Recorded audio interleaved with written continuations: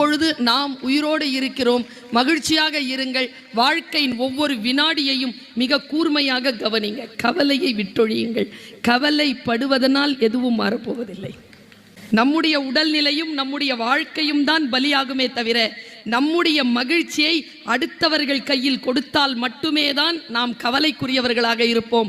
என் வாழ்க்கை இது, இறைவன் எனக்கு கொடுத்த வாழ்க்கை, இதை நான் முழுமையாக அன்பாக வாழ்ந்து கழிப்பேன் என்று சொல்லக்கூடிய யாரும் சோகமாக இருப்பதே இல்லை. உலகத்திலேயே மிகப்பெரிய குற்றம் எது என்றால் சோகமாக இருப்பதுதான். மகிழ்ச்சியாக இருப்பதற்கு என்ன வழி? நான் பெற்றோர்களுக்கு சொல்லுகிறேன், மிக நுட்பமான கருத்தை சொல்லுகிறேன். இந்த திருவள்ளுவர் விழா நடந்தது, அந்த சிலை திறப்பு விழா 25 வருஷம் முடிஞ்சதுன்னு சொல்லிட்டு விழா, பெரிய விழா அரசு நடத்துச்சு. நாங்கள் எல்லாருமே அங்கே நிகழ்ச்சிக்காக போனோம். அப்போ ஃப்ளைட்டில் என் பக்கத்தில் உட்காந்துட்டு வந்தவர் பெரிய தமிழ் அறிஞர் மா ராசேந்திரன். இன்றைக்கு அவர் தமிழ் வளர்ச்சி கழகத்தின் தலைவராக இருக்கிறார்.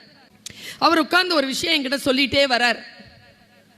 அவர் மாணவி, நான் உன்னை என் மாணவியாக பெற்றதில் நான் மகிழ்ச்சி அடைகிறேன், பெருமை அடைகிறேன்ற ஒரு வார்த்தை சொன்னாங்க.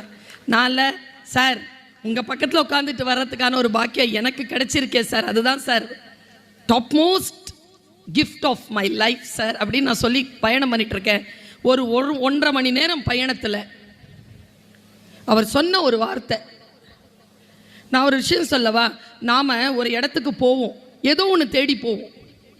ஆனால் இறை அருள் இருந்தால் தேடி போகிறதை விட சிறப்பானது நமக்கு கிடைச்சிரும்.